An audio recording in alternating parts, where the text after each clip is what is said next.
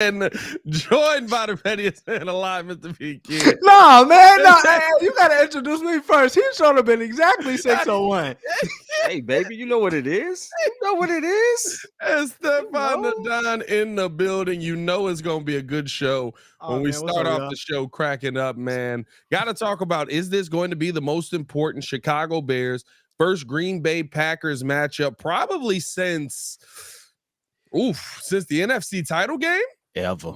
Like, this is a big game for the Chicago Bears moving forward. We'll talk about that. Also, will this be Justin Fields' last game? I believe there are some players on the field whose last game this will be as a Chicago Bear. Dropped a video about Darnell Mooney, so we got to talk about that. And of course, the Friday free for all madness must ensue because it is Friday. All that and more on today's episode of the Windy City Breeze Sports Talk Daily.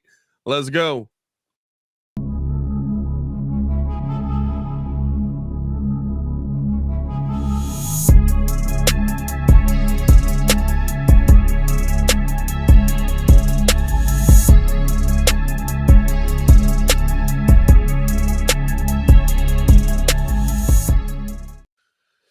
Now, if you are new to the channel, please like the video. Please subscribe to the page. We do talk Chicago sports daily on this channel. It's the only channel talk Chicago sports, how Chicago talks. So make sure that you get in tune with us, man.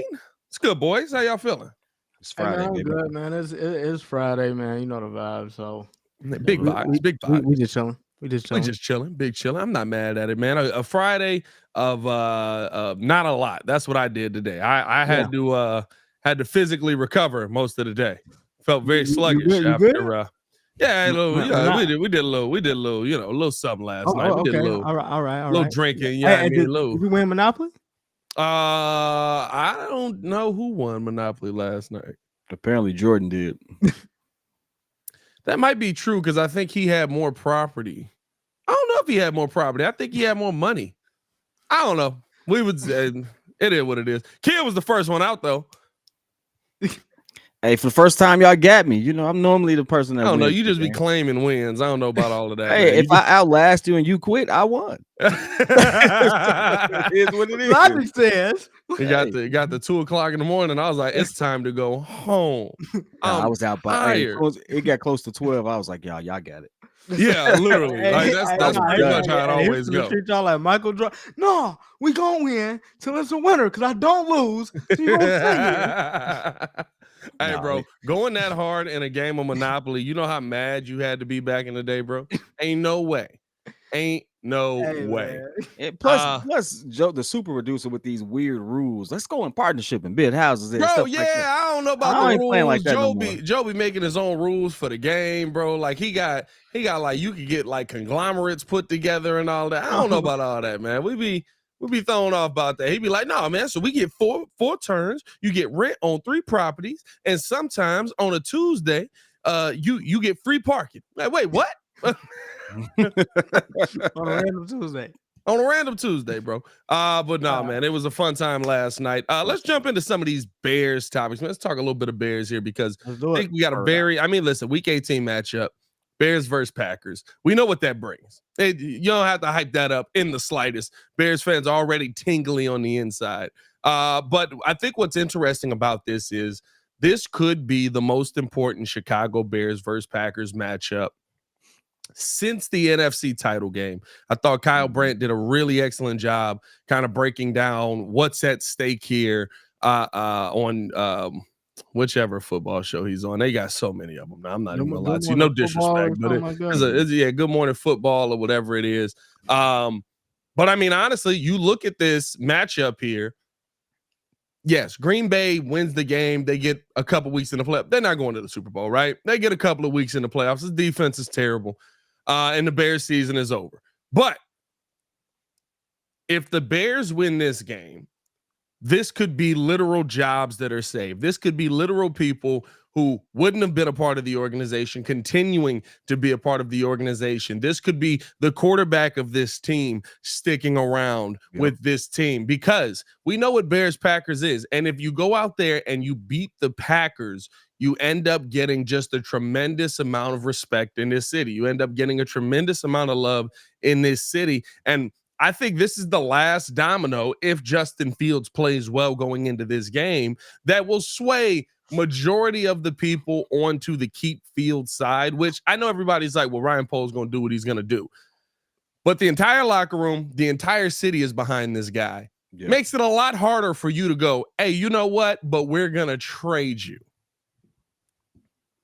So I feel like this is Justin Fields' best opportunity to go out there and say, you know what? I had a challenge in front of me. I had to prove myself. I went out there and did it. Totally agree. And I think the end of the day, he has to play well, because you have to realize that it's not just a narrative of beating Green Bay. It's actually, how do you look stacked up against a quarterback who has less starts than you? You know, this is really Jordan Love's first season of starts versus Justin Fields. Well, let's just say 2. You know, everyone wants to write off the Matt Nagy thing. I'm with you on that one. He's making Pat Mahomes look weird. So listen, I'm telling y'all, it ain't just me. It's not just me. Awful. He's making Pat Mahomes look weird, and they ain't got no receivers over there. But still, but with all that being said, like realistically, it's a lot of narratives that go into this one particular game. And I finally, you know, realistically, I feel for Justin, because it is a very unfair situation. You know, it was a very unfair situation. But at the end of the day, you know, it's only so many times an organization is going to get the number 1 pick overall, back to back. Like, yeah. That doesn't really happen. And at this point, with a stronger QB situation, it's like, hey, you really got to show us something. So the funny thing is, I don't think the Bears have to win this game, like, because ultimately there's so many things that could go into it. But I do think he has to be on par or better than Jordan Love. I think that's a must, because Green Bay doesn't have the defense we have, but their defense isn't a slouch. Like, they've been kind of clicking in the last couple of games. So it's going to be I hope he lives through it. I'm pretty confident Joe Barry's not going to call a good defense. Yeah. I want him to be good. I don't expect him to be perfect. You're not going to get a perfect situation. But what we do want to see is, we want to see all the things that we've saw throughout the season that made us get back on this hype train of like keeping Justin Fields. We want to see it all come together in this last game. And he put out clean tape. If he could put out clean tape, I think we have that question answered, and we can just have that debate of whether or not we get MHJ a trade back. And I hope that's the situation we're in. Yeah, man. Just looking at the situation, Shot Time Javier, I appreciate you. Just looking at the situation, I think I pretty much agree with everything you said. The only thing that I don't agree on is he doesn't have to win the game. They definitely have to beat the Packers. This is like, well, I mean, if they lose 38-37.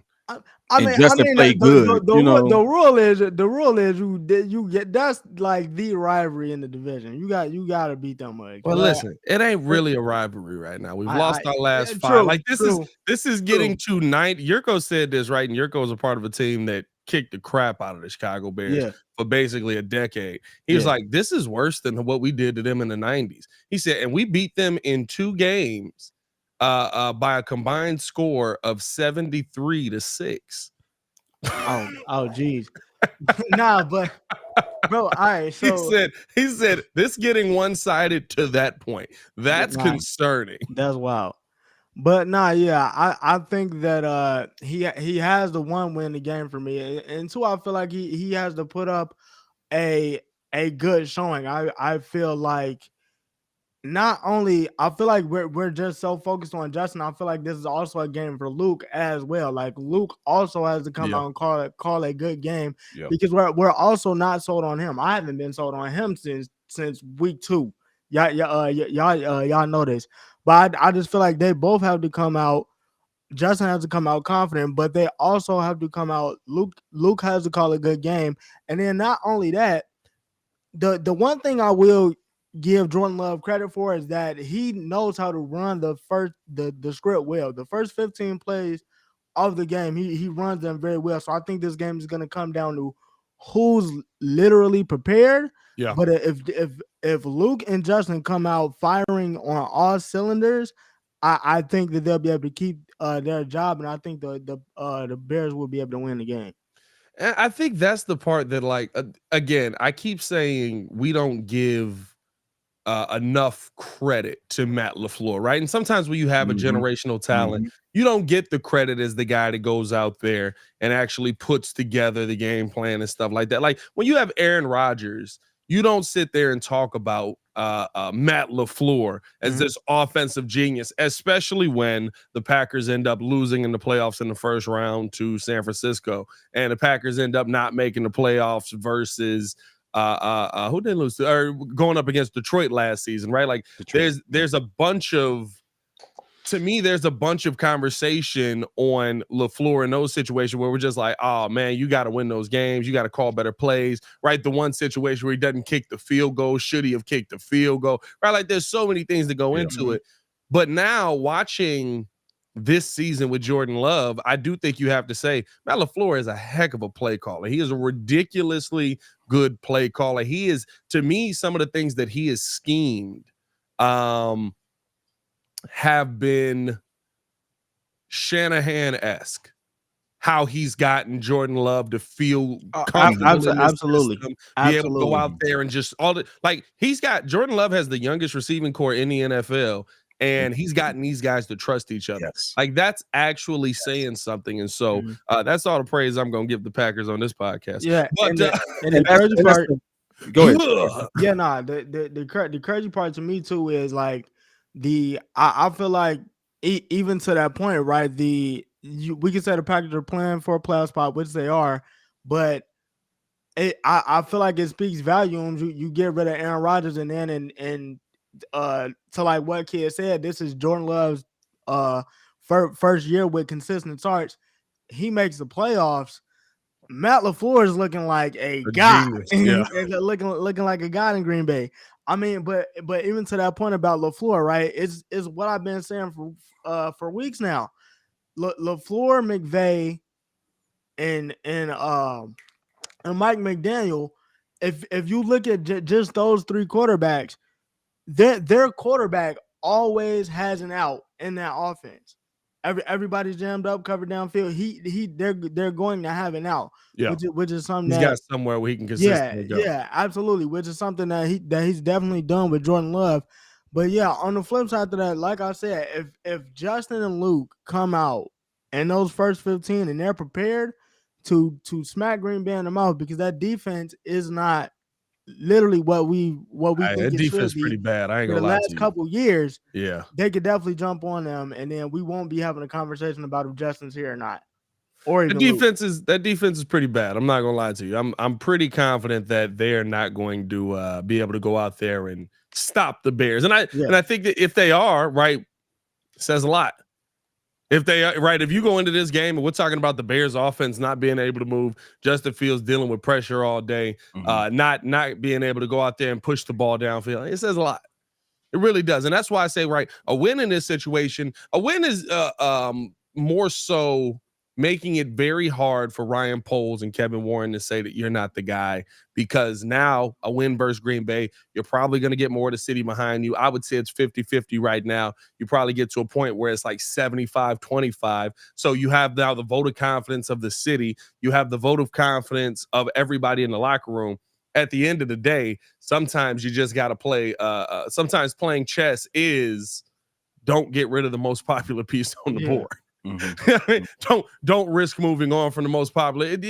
A lot of it is a popularity contest. Now, granted, here's the thing though, right? And it just puts more pressure on Ryan Poles. If Ryan Poles still believes one of these young guys is better, I would hope that he has the stones to go out there and say, yes, this is going to suck. It's going to be a PR hit for me. It's going to look really bad. But when this kid actually starts playing, he's going to go out there and win over the audience. But you can't miss. It puts Justin Fields winning puts Ryan Poles in you better pray to God that Caleb Williams or Drake May or whoever it is literally the franchise quarterback that Chicago has been looking for 100 years now. Like, I think that's the danger for his job, period, though. Yeah. That's on both ends, because if he does stick with Justin and Justin doesn't get better, if Justin's ceiling is a lot lower than what people anticipate, and I'm one of the things that he can have a Lamar Jackson type situation, but let's just say he doesn't. Lamar Jackson is a one of one. Like, let's just say he doesn't get there. and Caleb Williams, Drake May, Michael Penix. You name Jaden Daniels. Jaden Daniels. You know, if two of those QBs go out there and they are studs, you got to think about it. If you see another situation where you get a CJ Stroud again come through a draft and you had the opportunity to get him, you didn't. That's Poe's not doing good GM work at that point too. People could. You're not evaluating the QB well. You're not doing it well because no one's going to sit here and say that CJ Stroud is not a better looking QB. Given his situation, you get all of that stuff. But just as it stands, he's the better QB right now. And if you have another one of those, nah, it's like, and I like Pose. I like what Pose has done. I like how he set himself up. I think he's played 4D chess better than any rookie. I guess you would say not rookie, but young second year GM now. Yeah, second year GM. I think he's done it. I think he's done a phenomenal job. But not getting that one thing right. Man, so everyone is like realistically, it's a lot of pressure, and I think it's more. Unfortunately, it boils down to Justin playing well, so it seems like it's more pressure on him. But like you said, whether they win or lose, if he plays decent, that's going to be one of the hardest decisions you have to make as a GM in one of the most storied franchises in the league. I mean, it's no right or wrong there. If you like, there's always going to be a crowd that agrees with moving on from Justin. There's always going to be a crowd that hates the fact that you did it. He can't win in that situation. You have to be proven right so much though. Like you literally have to like look at the first year and be like, yeah, Bryce Young sucks. Like, yeah, you gotta be able to look at it and feel like that about it. Yeah. I just wanted to address this comment right here. When you said that immediately, what I thought about is Jared Goff and Sean McVay. Jared Goff was solid within that offense the whole time. I believe they made the NFC Championship game. I could be tripping on that, but they made the Super Bowl. They made the Super Bowl. They're putting up 35 with ease. The one thing that everybody said, as good as Jared Goff is, I need a leader. I don't need a student. Jared Goff still needed a learning curve, so they went out and got Matthew Stafford. So as good as Justin's gonna play year to year, if they got the upgrade within the draft or whatever, I'm gonna take that if the team's improving, and that means we're gonna get to the NFC Championship game or the Super Bowl. That's just what it is. That was such a different thing is? That was such a different scenario though. Like that was literally like you could look at the quarterback and be like, we won a Super Bowl if you're not our quarterback. And it's crazy because of how much better Jared Goff has gotten. Yeah. But literally, you look at the quarterback in that situation and you're literally just going, we would have won the Super Bowl if anybody better than you was our quarterback. like not to say anybody was our quarterback, because Jared Goff was nice, he was okay, but it literally was just like, if it wasn't you, man, we would go out and we would win a lot of games. So it's cool to see Goff really being able to get comfort out in Detroit. I like what's funny with that? All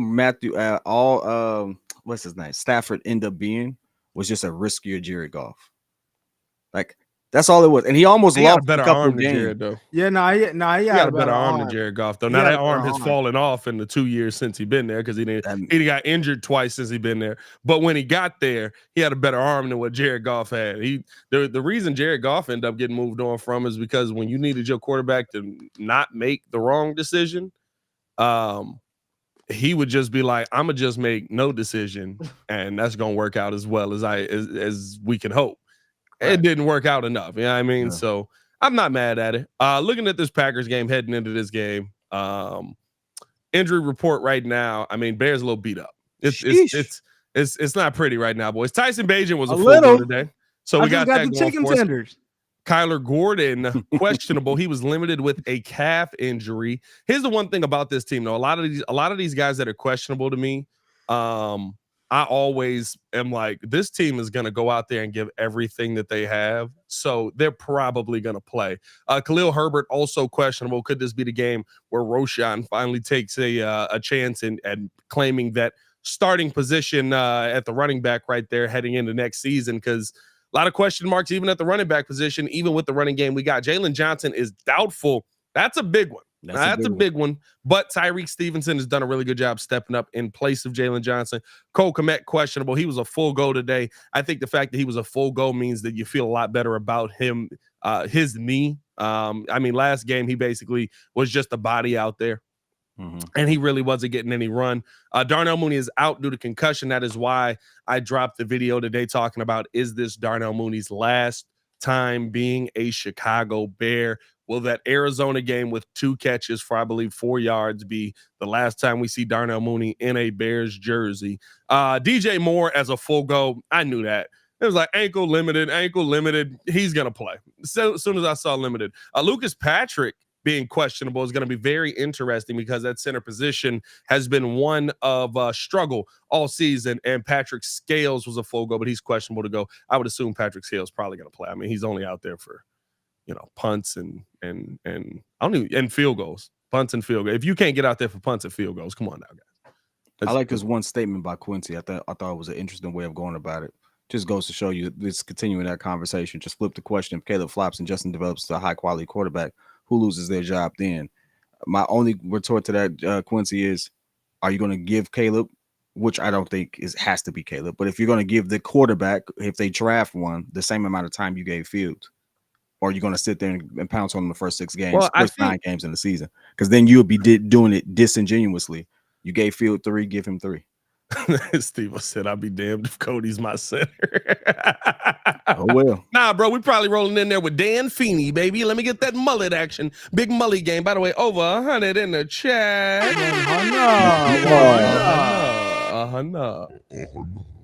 At the end of the day, by the way, 103 in this month. Hit that like button, bro. 22 likes on the video. Let's get that up to 100 likes on the video. Everybody smash the like button right now. Thank you. Just freeze real quick. This is weird. Yeah, it got weird. So what are you pointing to, dog? What are you pointing? I think here's the thing. Oh, never mind. Wait a minute. I just realized what I did. You relax. Wait a minute. How's she doing? What am I doing? Oh God, that's bad. I think what's interesting and honestly why a lot of people on both sides are kind of looking at this is because, is Justin Fields going to get the benefit of playing behind the team that is more finished and actually moving in the right direction, or is the next quarterback?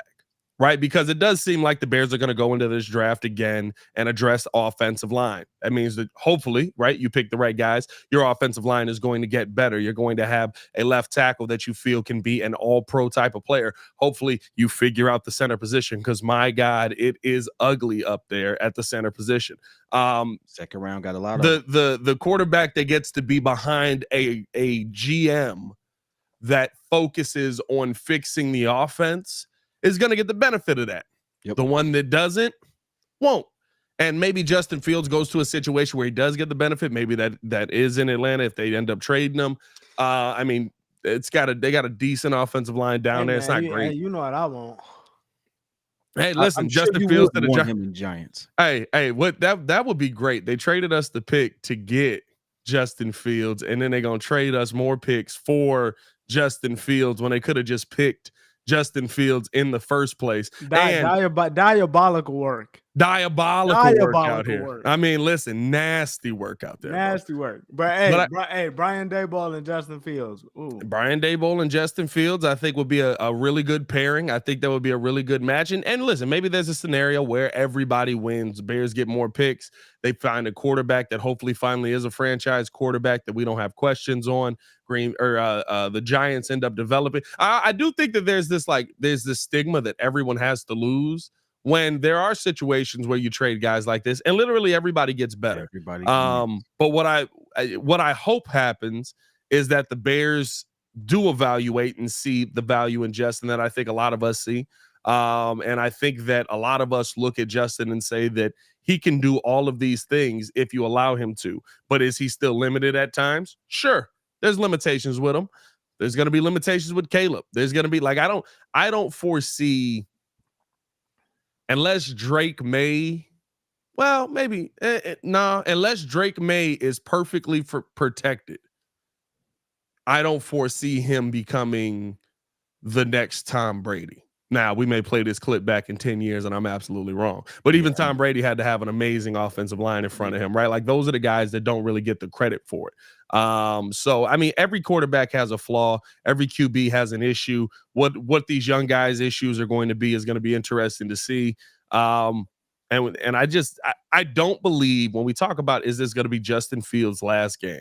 I don't believe it will here in Chicago. I think that well, let me caveat this. If they win, I don't believe it'll be his last game here in Chicago. If they lose to the Packers again, he has an 0-6 record against the Packers. Even with everything that's gone into that, it's going to be very, very tough, especially coming in this season, how the Bears were supposed to be in week 1 and week 14 or week 17. You have the same thing happen. That's going to be That's going to be a very interesting end of season meetings right there. I think that even Fluce's name could again be on the hot seat if somebody better appears. If Jim Harbaugh does say, I want to come back to the NFL, I think Getsy's 100% going in that situation. I think that, Justin Fields, I mean, if you lose this game, there's a lot of good to look at, but there's also just as much bad to look at. So you don't get the popular opinion. Now you don't have that backing. So that's why I said this is a massive, massive game for Justin Fields and the Chicago Bears. And this is why you can't be mid in the NFL in any stretch of the imagination. You find yourself in situations where if there's just as many questions about what you can do as there are pros about what you can do, you're always with this dark cloud over your head, and that's for our entire organization realistically. And so I think the only time that we've actually seen us not have so many questions is when we had our defense rocking the way it was rocking. Like no one doubted that, but then it's the time frames, the window, the offense was still pedestrian, stuff like that. Like you have to excel in this league to make it. And realistically, I really hope the scenario that we brought up earlier, if we do go along with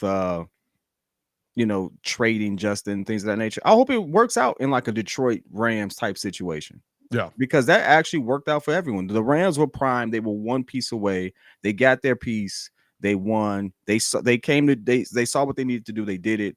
In Detroit, they get Jared Goff. He still develops, and Jared Goff is the best. I mean, you would say best quarterback in our division, and at this point, so like you can make it. I mean, make a fighting claim for it. He played well. They won. I mean, yeah, Justin definitely isn't above him. Kirk is hurt. Kirk is hurt. And Jared Goff and Jordan Love, I'd still say Jordan Love is probably below him. Yeah, for sure. For sure. I'm not going to give I like what he's did. I like the tape he put out there, but Jared Goff has had a really. Oh, no. Yeah. He's had a really good career. He's had a really good career. I wouldn't say that he's going to be one of those players that like for the rest of his career, everybody's going to be like, he was okay. He was all right. And then he's just going to bring his numbers up and he's going to be like, look at these numbers, 44,000 yards, Super Bowl appearance. Like, oh, okay. All right. If he wins one championship, he's better than Eli. You said what? He wins one championship. He's better than Eli. Nah, you got to win 2 of them things, bro. He got the Eli. Eli got a championship versus the greatest quarterback of all time. Bro. Hey, look. 17-1. 17-1, and I'm standing on it. 17-1, and I'm standing. Hey, look, and they were one of the best defenses in the NFL. One of the best defenses of all time, Richard. Come on, let's be real. Let's be real. No, I'm talking about what the Patriots had. What the Bills' defenses was dogs back then. Like, Tom was amazing, but them Bill defenses was dogs them years. So 17-1. He should have got sacked. He missing 2 of them things. He definitely missing 2 of them, bro. He's supposed to have 9. He missing 2 of them in history, bro. Actually, he missing 3 of them. What you talking about? He missing 3 championships. Nick Foles got them too. Oh yeah, he missing 3 of them. Oh yeah. Hey, Nick Foles is the one he hate. Oh man. Nick Foles is the one that he hate, bro. I ain't gonna lie to you. Like he said, he said in the doc. He said in the doc too. The 17-0 when he should have got. No, but the part that's hilarious is like I remember they was doing like the little golf thing, like Peyton versus. I remember that. Yeah, and he was like, I just didn't know who to bring as the partner. Do I go Eli? I felt like low hanging fruit. Do I call Nick Foles? And Tom Brady like stood up, was like, all right, relax now, bro. Don't get beat up out here. He hate, bro. I think he really do hate Nick Foles, bro. I'm not gonna lie to you. I think he really hates Nick Foles. Remember, he wouldn't shake his hand after Foles beat him when he was here in Chicago, bro. Like he hate Nick Foles, bro. Like that's crazy. That's insane work that you hate the backup quarterback to the backup quarterback, man. I actually love that about Brady, though. I ain't gonna lie to you. You said what? I love that about Brady, though. Like I love it about him that it's going to eat him up so much that every time he sees him, he's like, "He got my ring." Like he got my ring.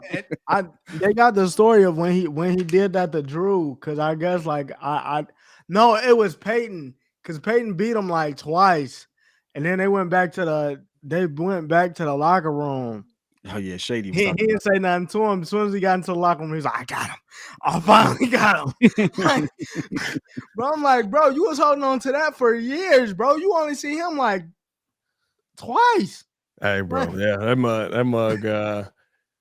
That's an uphill battle right there, but that must be funny. I ain't gonna lie to you. It actually cracks me up. Let me ask y'all this, man: a win or a loss? What does that do to your thought of how this season went heading into the offseason? You finish out 8-9 with a win. You finish out 7-10 with a loss.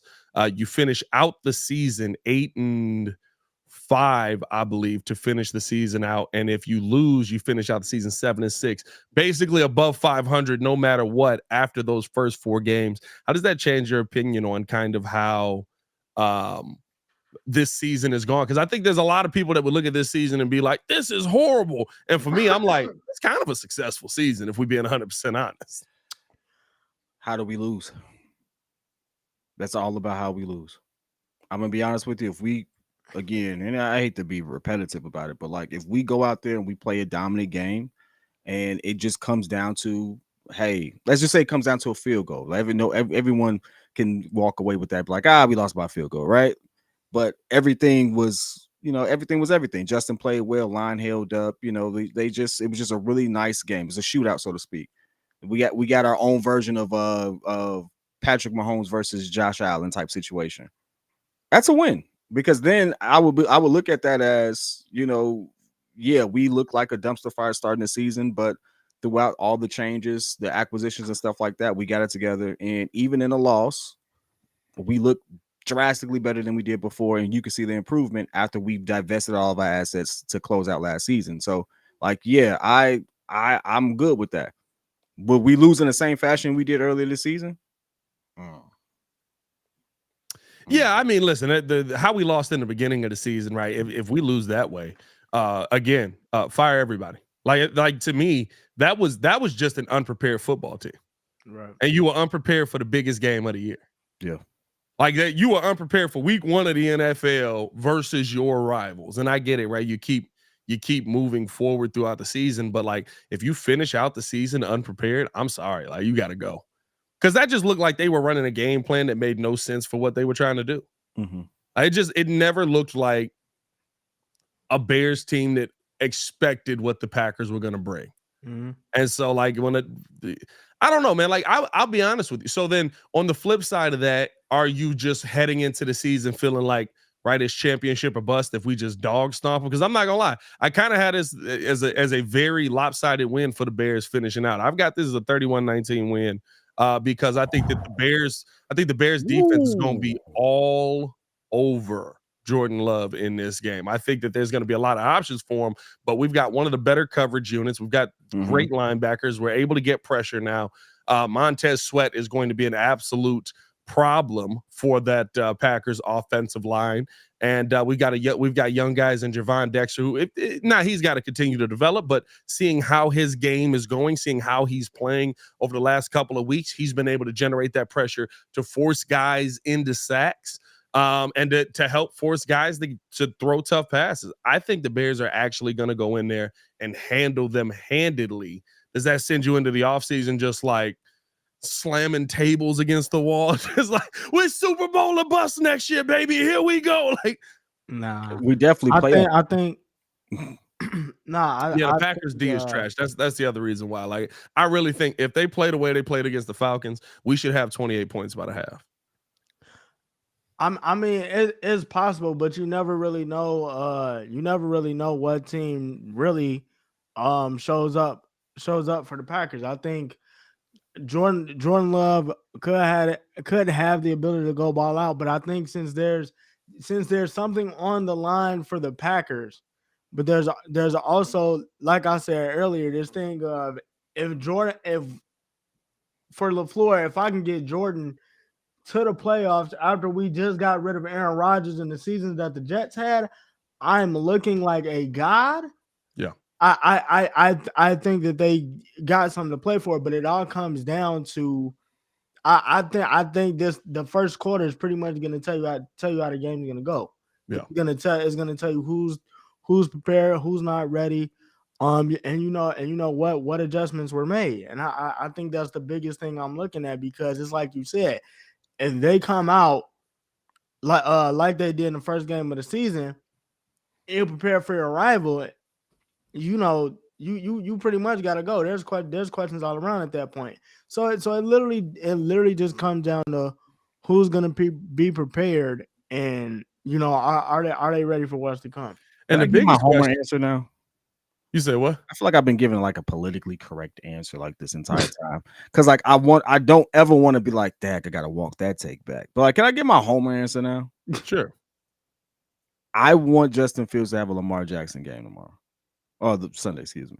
I want to see it. I think he has the ability to do it. I want to see him actually string it together. I think that would be the best way to cap.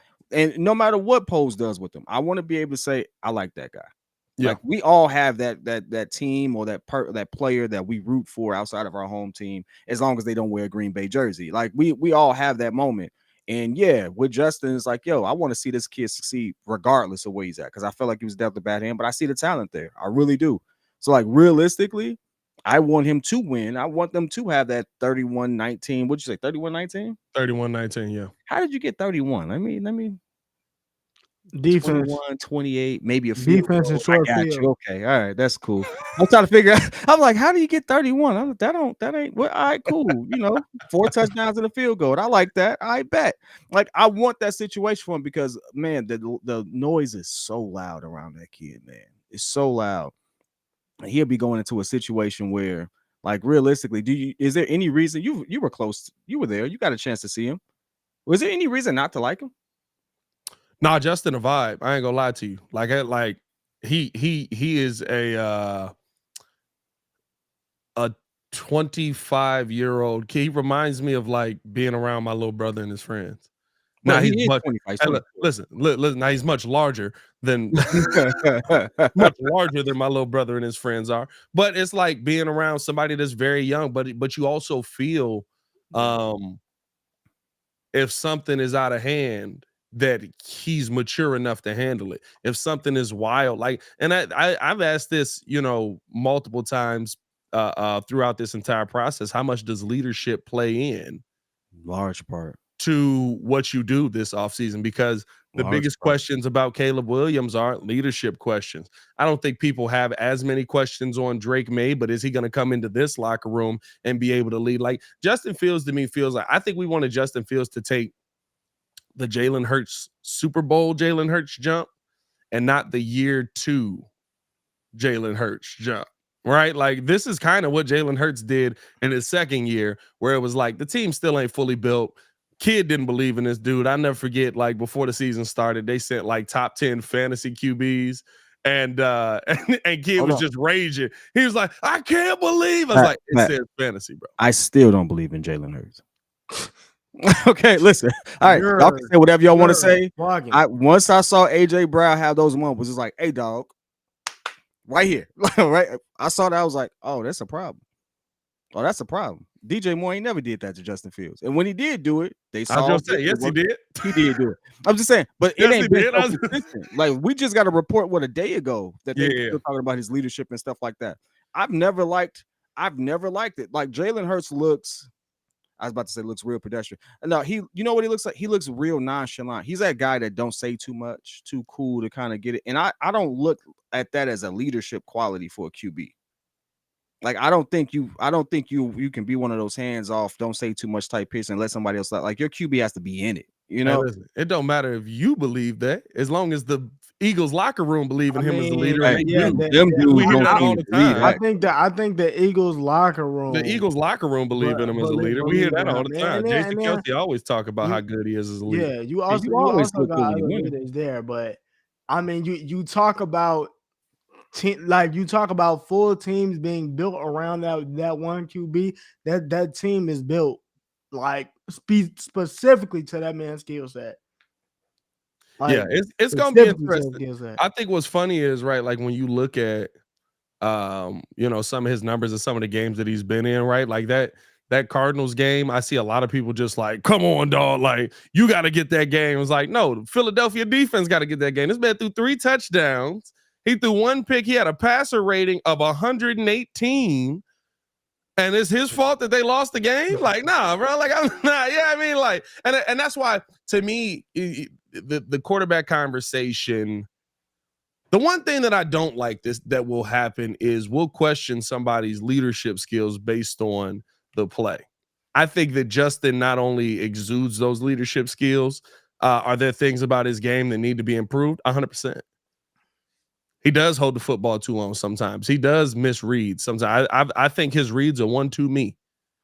Yeah, I mean, he's got DJ, he's got Cole, and he's got himself. And maybe a running back finds his way in there. But what I do like is the improvements that I'm seeing, how he played in that Atlanta game. That Atlanta game by far was his best football game of all time. And yeah, he didn't have the same numbers. He didn't have the 400-yard passing day or whatever. What did he have versus Washington? It was his control. He had control of the game. But he had control of the game the whole time. And in the second half of that game, he did not let that control go. And I think that is the biggest thing where when you look at Justin Fields moving forward, you're like, I can see this guy as a guy that's going to lead my team. Right? We talked about this yesterday, how when we were playing Monopoly, how Eli Manning, never would anybody say he was the best quarterback in the NFL. Never would anybody say he's a top 5 QB in the NFL. Absolutely not. Absolutely not. He got hot. He got hot. Twice. He got hot. We on fire, baby. By the way, Flacco for the Super Bowl. I need to see it. But bro, if they get to the AFC Championship game, bro, the con is gonna be sick. Hey, dog. No, because now at the end of the day, I'm gonna just be like, well, shoot, I don't feel as bad about that Browns game no more. I don't feel that bad about that no more. But no, what I'll say is right, when you looked at Eli, and I think Eli's a great assessment of it because the locker room just was with him. New York City was with him. Mm-hmm. Right? Like he's going to be in the Hall of Fame because he beat Tom twice and because he was the quarterback of New York. If he wasn't the quarterback of New York, he probably wouldn't be a Hall of Famer. He would just be that dude that beat Tom twice. Like there is a cachet that goes with being in that city at that level of quarterback. Nick Foles got a statue, dog. Yeah, Nick Foles got a statue. You know what Nick Foles don't got? A Hall of Fame opportunity. He ain't getting in. All I'm saying is when you get a statue for beating Tom and you was like beyond mid, he could have been he would have been in the Hall of Fame regardless. He got hot. All I'm saying is that team looked at him as the leader before they went out. Who was it? Tiki Barber was sitting there talking trash about him and all that. Yep. And Eli came back at him. And he was like, "Well, you know, I'm not worried about what the guy that can't." Yeah, he's like, I'm not worried about what the guy that can't get on the field is saying. They're like, oh dang, shots fired. Wait a minute, Eli, hold on, brother. But it was at that point where like Michael Strahan was kind of like, oh, he might be the leader that this team needs. And Michael co-signing him, right? Then the locker room was all behind him. Everybody was ready to fight for him. Sometimes you just need dudes that can go out there and fight. Sometimes you just need to have that guy that's in a position that's just like, hey, man, we going out here. We got to beat the crap out of the other people. And they're willing to give you their best. How much does leadership weigh in the decision is something serious that Ryan Poles is going to have to think about heading into. Because guess what? We've had the uber talented quarterback that wasn't a good leader. That didn't make checks at the line, that didn't make great decisions on the field. Yep. But was one of the most talented players in the league. We had that. It was Jay Cutler. And you want to know what happened with him? Muggs, you know how Muggs talk about Jay? Everybody talks about Jay the same. It's all, hey, man, Jay cool. Yeah, I mean, it's Jay. It's Jay. That's just Jay. That's all they say. man. Yeah, I that's my mean, guy. He nice. That's my That's my guy. And they talk about all the off the field stuff he did for him. That's my guy. Help me out in a bad spot. That's my guy. Yeah, I mean, it can't pick me up. Had a pickup truck. Now, I'm not saying that I don't want to pick the more talented quarterback. I don't want to have the right guy, but there is an aspect of it where sometimes the players make the quarterback better while the quarterback is able to make the players better because they're more willing to go out there and play for him and put their bodies on the line. I think it's said, now I know a lot of people were like, well, it's DJ Moore's job, so I don't believe that DJ Moore would never not go out on the field. Listen, if you don't like your quarterback and your ankle is messed up and you out there just playing decoy, but you running routes at full speed, you're not doing that. Right? Like, I think we're going to finish out this season and we're going to get a report and be like, DJ Moore is going to have surgery on his right ankle. But if I may, because I know we've spent a lot of time talking about Justin, I want to shift a little bit to Poles simply because both organizations, Ryan Poles. Let me just go ahead. Ryan Poles. Let me just clarify for the children here. Okay.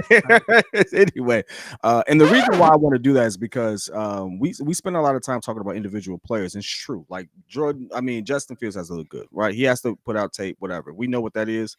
But Ryan Poles is also in an interesting situation. Like what he does with Jalen Johnson, what he does with some of these other players, how he handles those situations could also like screw his or skewer his reputation amongst players. I look back at the Roquan Smith interview that he had. It was a very interesting interview. Like he was very transparent about that situation. Now we all know Roquan was kind of capping a little bit. He handled that a little differently, but just to see how ultimately he didn't expect to be traded and also ended up betraying the business side of it and stuff like that.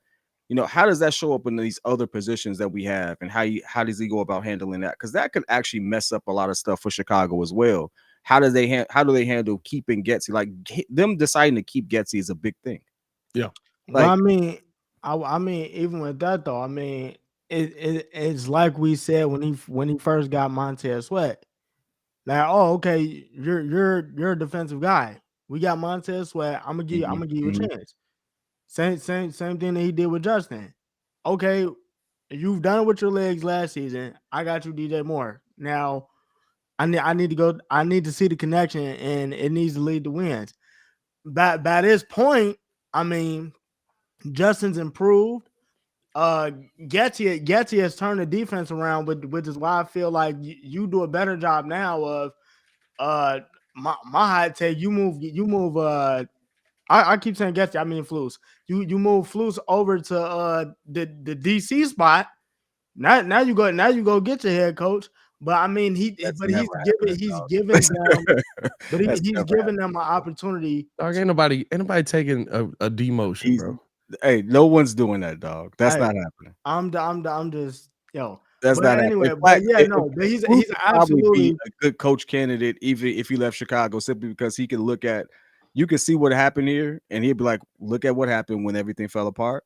Got the defense together, stuff like that. I know it'd be like, oh yeah, he's a good DC, but like, I mean, there's a lot of coaches that were good DCs. He ain't taking a step back. But yeah, at the end of the day, he's given I feel like all three of those guys a shot in Justin Flus and Getsy to go out and prove themselves. And I mean, up until this point, I mean, end of the season, that last game against the Packers, you look to improve. You win this last game. I mean, you pretty much got your answer, because at the end of the day, even if they don't win, you can't go into that exit meeting, or you can't say to yourself, hey, he didn't put the pieces around them for them to be successful.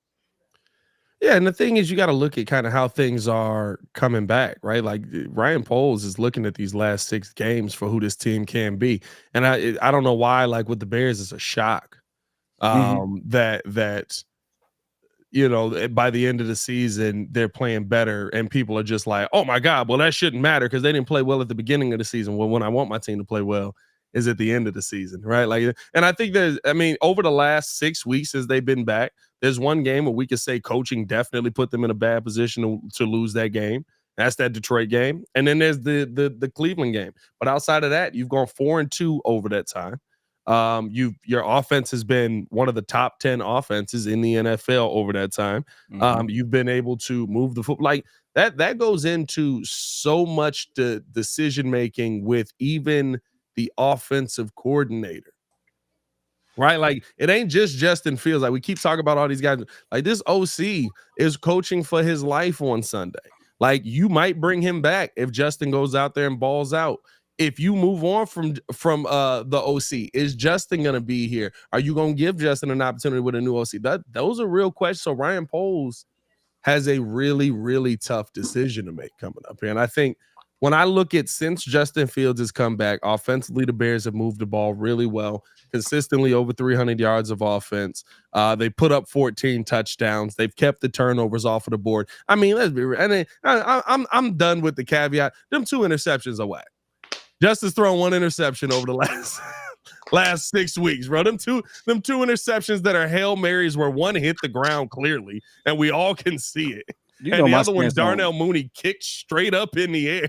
The ball he should have caught. Like I feel like he's supposed to have that. Pass hits the receiver square in the chest and it gets picked off, or if like it gets fumbled and it gets picked off. I don't think that should be on the QB. I think that should be a different stat line for that for that type of loss. That's just me. I mean, whatever. But I'm also probably trying to defend QBs. Y'all think is mid anyway. So like Dak had like 6 of them things. I'm just saying. Dak had 6 of them things. Hey, now Derek Carr pictures out. We didn't call anybody else. Like we'd be like, "Hey, Justin ain't got receivers," but now we call Dak whack. Like I'm just saying. Well, I mean, Dak has literally one of the best receivers in the NFL on his team, so that's a little different. I mean, so does Justin now. But anyway, I mean, Justin got a top 15. Dak got like a top 5. That's still a big difference. You get what I'm saying. Anyway, that's still a big difference. No, but I hear you. I have to ask you this though, for real. Like how post drafts and stuff like that is really what I'm interested in. Like, because I mean, keeping Justin seems to be like something that's really there. That's great. He keeps him great. But then what happens when you keep him?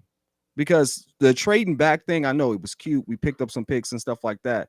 But now I want you to get the best talent available. Yeah. You know, I want you to be able to do that because I don't think MHJ is going to drop past 3. That ain't going to happen. You look like you got breaking news. What happened? I don't know if he hurt or not. I got to find out if he's hurt. I don't even like this. Like, it's not good. Dalen Terry will get his first start tonight. So back to this Ryan Poles thing, right? Yeah. Hey, no, it's not over Patrick Williams. Oh, that's about to drop. Right. I'm about to cook that, man. Anyway, hey, Muzz got to be out. Muzz got to be out because Io's also in the starting lineup. So I don't know who's out, who's in. I don't know if there's injury on that or not. But yeah, that's kind of wild. But yeah, it is kind of wild. Anyway, back to this Ryan Poles thing though. Like seriously though, I'm gonna be, and I know this is conversation for later. A couple weeks from now, stuff like that. But like, I'm really concerned about that. I don't want you to get cute and try to finesse and give me another Velus Jones potentially. Get the best talent available. You've done enough. Spend what you got to spend to get it, and let's really see Justin take that next step. Don't sit there and try to get too cute. Oh, we're gonna trade back to 10 and possibly get this person and maybe not this, that. I don't do none of that, dog. Yeah, they at 10. You know what I'm saying? It's hypothetical. Like, trade back to 5 and then maybe not. Like, I don't want to do all that. Hey, I don't know why this comment hit so hard. Dalen! No. But I think I said this when we talked about it before, right? This is the first time that we're seeing Ryan Poles GM. And it's not to say it's the first time he's done it, right? 2 years. He's been elite for 2 years. He's pulled off what is it? Freaking one of the greatest fleeces of all time, if not the greatest, like greatest fleece I've ever seen in my lifetime. Yep. So he's done elite GMing to this point, but this is the first time we're gonna see how. Because what's the smart business decision is to trade Justin. The smart business decision is to move on and go get your quarterback.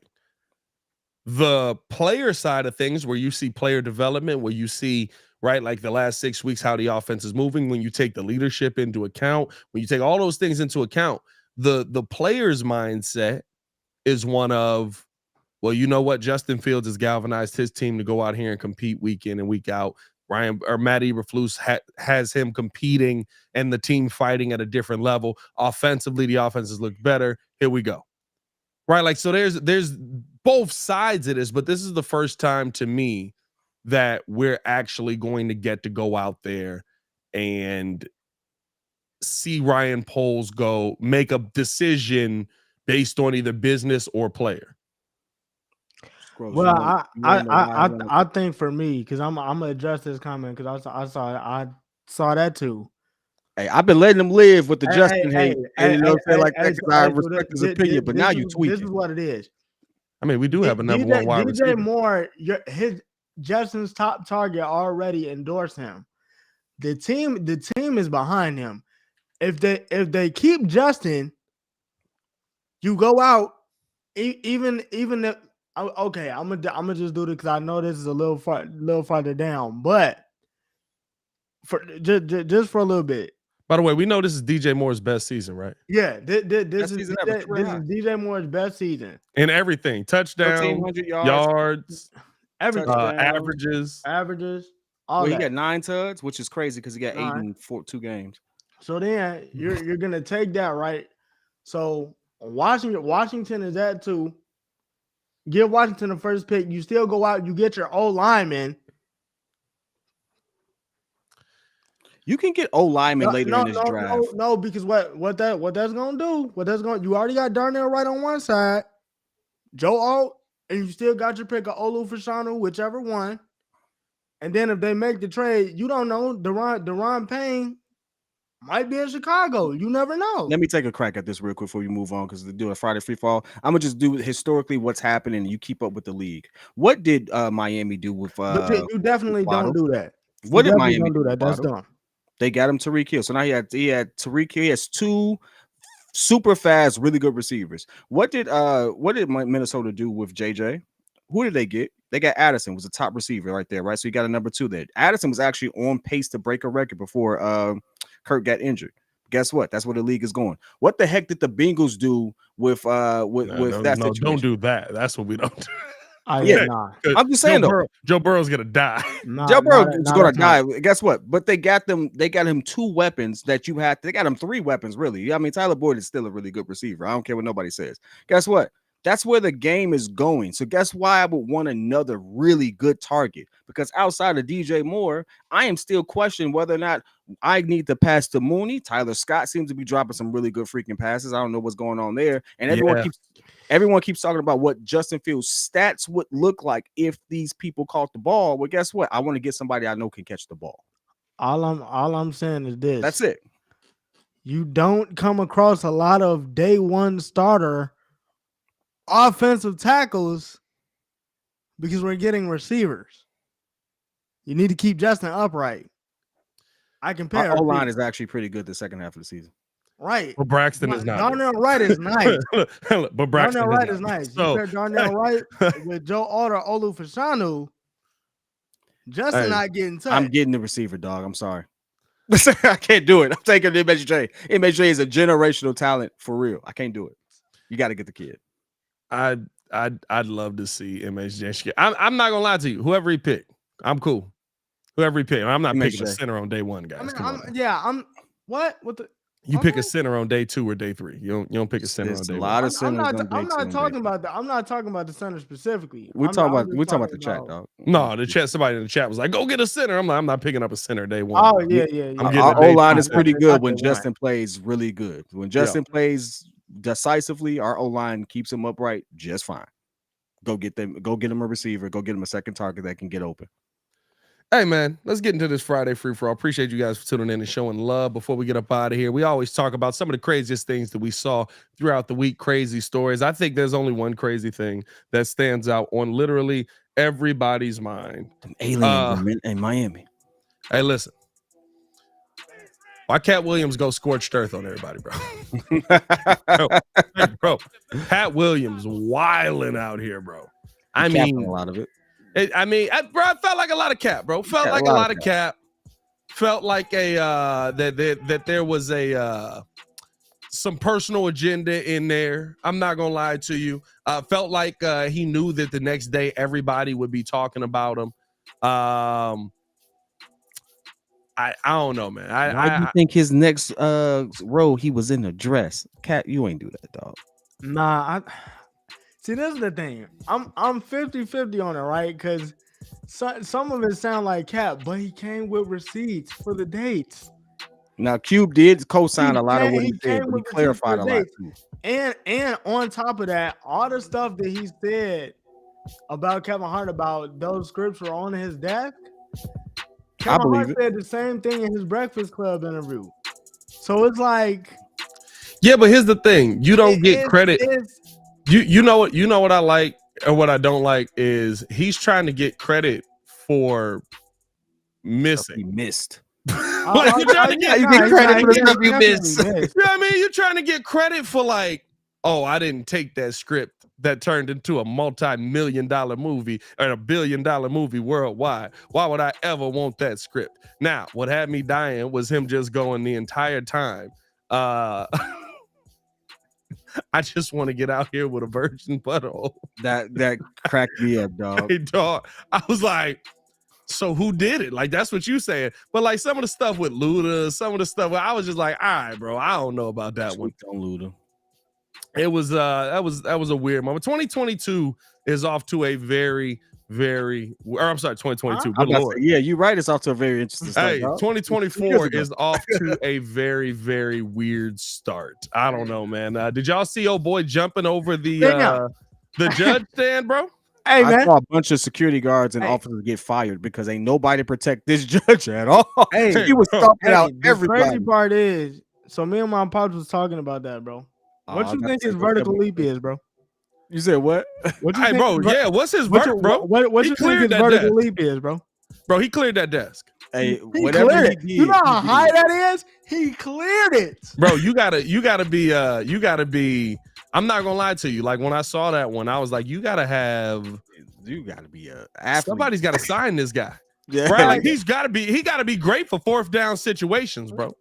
Hey, he's got to be great for fourth down situations. My question is this: in terms of security, like Kia said, you beat up the judge, and then you had time to turn around and beat up the bailiff. That man, they gave everybody hands, dog. I'm sorry. Like, hey, he probably went to jail with broken legs, but he got his licks in. Hey, bro, yeah, hey, that's the tough part. You know they beat the fool out of him in the back, bro. Hey, when they got him off of that camera, you know they beat the dog mess out of him, bro. Mm-hmm.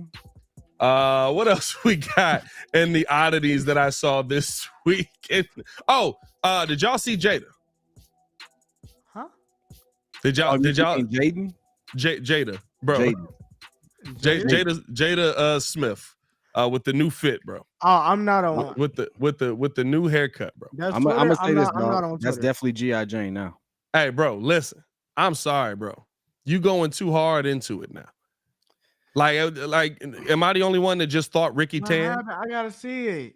Am I the only I saw the picture and I was just like, Ricky Tan, bro. Come on now. Oh, I'm gonna be honest with you. I saw that and I was just like, yep. And that's why you don't slap folks on national TV for people. Hey, bro, shorty pants look like Piccolos, bro. She looked like she went from being character. She went from being in love with Tupac to becoming Tupac. Hey, she like Master Roshi without the without the beard. Bro, she looked like she studies under the turtle style, bro. She looked like you throw a turtle shell on her back right now, bro. And she big on it. That's crazy, dog. I gotta go back and look. I really want somebody to break down that leap, though. Now that you mentioned it, he did like get feet in everything over the desk. He dove. We need measurements on this, bro. We need measurements on how tall that judge desk was. Yeah, because old boy did like a front flip to get up in there, man. I don't know, man. Did y'all have anything crazy, anything wild that y'all saw this week?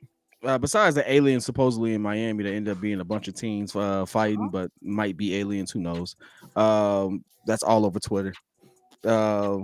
Y'all ain't Aliens see that in Miami, dog. Dog, it was like people report 8 to 10 foot beings in a Miami mall, and all these squad cars pulled up, and I was like, nah, ain't nothing like that happened, but it's weird. Anyway, Bulls are playing right now. Let's go see what David Terry is doing. Somebody said the alien in Miami was just Victor Wembanyama walking down the street. Might as well. Hey, speaking of the WWE top rope thing, so the Rock versus Roman at WrestleMania.